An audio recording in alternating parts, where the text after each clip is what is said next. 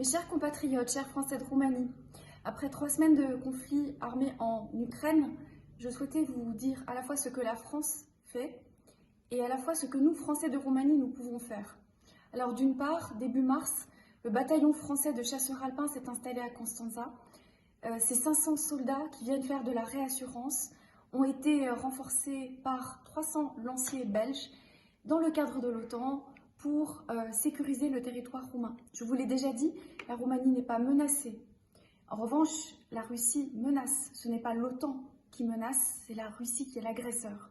Et nous faisons face à une crise sans précédent en Europe, une crise qui se traduit par un afflux de réfugiés qui n'a jamais, sur le sol européen, été connu. La Roumanie, vous le savez, a été exemplaire dès le début de la crise. Et depuis 3 semaines, à la fois l'ambassade a été renforcée, nous avons des renforts consulaires, nous avons des renforts pour aller à tous les points de frontière, pour permettre d'accueillir les ressortissants français qui venaient d'Ukraine, mais aussi faciliter le passage, l'accueil des femmes et des enfants ukrainiens qui arrivent sur le territoire roumain. Aujourd'hui, 75 000 réfugiés ukrainiens sont en Roumanie et nous rentrons dans une deuxième phase. Dans un premier temps, ces personnes passaient. Il y a eu sur les 2,7 millions très peu de personnes qui restaient. Désormais, ce sont des personnes démunies qui ont besoin d'aide et nous sommes en train d'organiser la solidarité européenne pour ne pas laisser les frontaliers, les pays qui sont en première ligne seuls. C'était le sens de la visite de Gérald Darmanin la semaine dernière. Il est venu pour assurer la Roumanie de sa solidarité et lui indiquer que la France et l'Europe s'organisaient pour accueillir ces réfugiés et pour montrer l'effort de solidarité.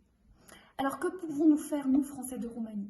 Nous avons déjà eu des manifestations exceptionnelles de solidarité des étudiants, des entreprises. Dès le premier jour, je le sais, nous sommes une communauté soudée, nous sommes une communauté puissante.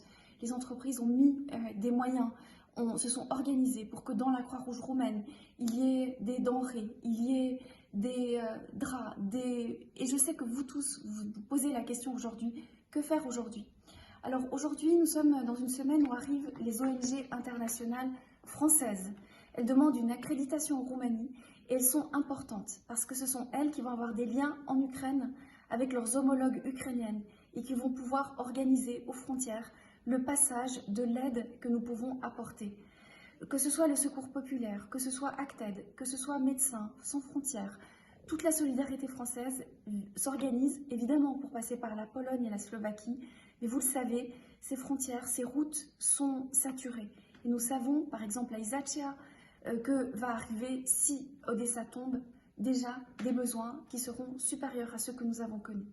Je voudrais remercier les étudiants français, remercier les entreprises françaises, remercier les collectivités territoriales qui viennent demain à Bucarest manifester la solidarité. Tout le monde va être important. Nous avons besoin de pouvoir accueillir des réfugiés en France, dans les villages. Nous avons besoin de nous organiser encore et plus dans la période à venir.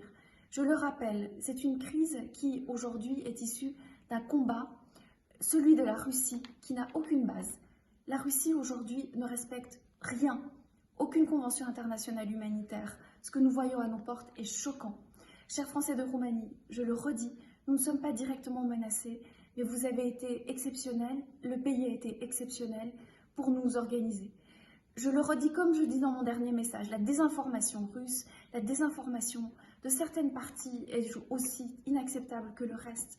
Et nous avons besoin, nous, pays européens, qui portons cette présidence française et ces valeurs européennes dans le mois de la francophonie, nous avons besoin de réaffirmer haut et fort la démocratie, les valeurs démocratiques. L'information libre est cruciale dans ce conflit armé et j'espère pouvoir continuer à vous informer. Je suis fière de ce que nous sommes, je suis fière de cette communauté franco-roumaine que nous portons et merci pour tout ce que vous faites au jour le jour pour accueillir ces femmes, ces enfants. Je sais que beaucoup d'entre vous en avez, chez vous, avez fait cet effort de regarder ce que nous pouvons faire. À l'ambassade, nous travaillons, vous le savez, sans relâche pour essayer d'appuyer également les autorités roumaines et ce que nous propose le gouvernement français dans cette crise. Je vous remercie.